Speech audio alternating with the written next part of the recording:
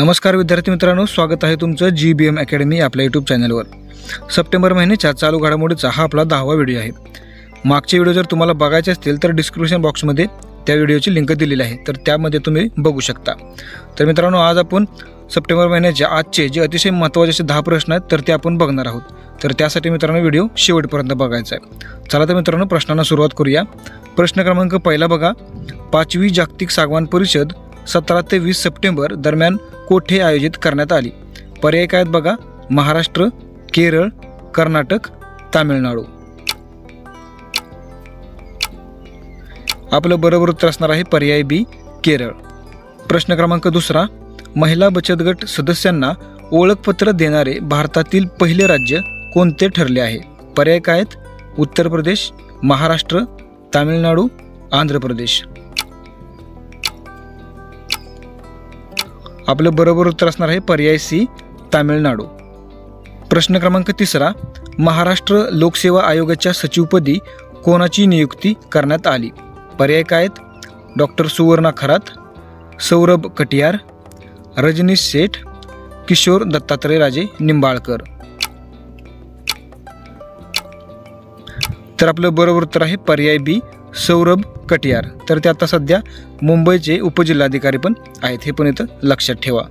दुसरा महत्त्वाचा प्रश्न मित्रांनो, पर्याय सी बघा, रजनीश सेठ हे जे आहेत ते महाराष्ट्र लोकसेवा आयोगाचे सध्याचे अध्यक्ष आहेत, हे पण इथं तुम्ही नोट करून ठेवा। प्रश्न क्रमांक चौथा, आशियातील पहिल्या महिला रेल्वे चालक सुरेखा यादव या कोणत्या जिल्ह्यातील आहेत? पर्याय काय आहेत, कोल्हापूर, सांगली, सोलापूर, सातारा। आपलं बरोबर उत्तर असणार आहे पर्याय डी, सातारा। तर मित्रांनो, आशियातील पहिले महिला रेल्वे चालक सुरेखा यादव या आपल्या सातारा जिल्ह्यामधल्या आहेत आणि त्या आता नुकत्याच 36 वर्ष रेल्वेमध्ये सेवा करून निवृत्त झालेल्या आहेत, हे पण इथं लक्षात ठेवा। प्रश्न क्रमांक 5वा, T20 क्रिकेटमध्ये सर्वाधिक विकेट घेणारा पहिला भारतीय खेळाडू कोण ठरला आहे? पर्याय बघा, जसप्रीत बुमराह, अर्शदीप सिंग, भुवनेश्वर कुमार, यजुवेंद्र चहल। तर आपलं बरोबर उत्तर असणार आहे पर्याय बी, अर्शदीप सिंग। तर मित्रांनो, T20 क्रिकेटमध्ये सर्वाधिक म्हणजे 100 विकेट घेणारा अर्शदीप सिंग हा पहिला भारतीय खेळाडू ठरलेला आहे। प्रश्न क्रमांक 6वा, पंतप्रधान नरेंद्र मोदींच्या हस्ते PM मित्र पार्कचे उद्घाटन कोणत्या राज्यात करण्यात आले? पर्याय काय आहेत, मध्य प्रदेश, उत्तर प्रदेश, बिहार, झारखंड।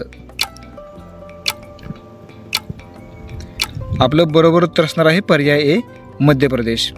प्रश्न क्रमांक 7वा, युनेस्कोने 2025 मध्ये भारतातील किती नैसर्गिक स्थळांचा समावेश तात्पुरत्या वारसा यादीत केला आहे? पर्याय काय बघा, 10, 7, 5, 12। आपलं बरोबर उत्तर असणार आहे पर्याय बी, 7। प्रश्न क्रमांक 8वा, मल्याळम अभिनेते मोहनलाल यांना 2023चा कितवा दादासाहेब फाळके पुरस्कार मिळाला आहे?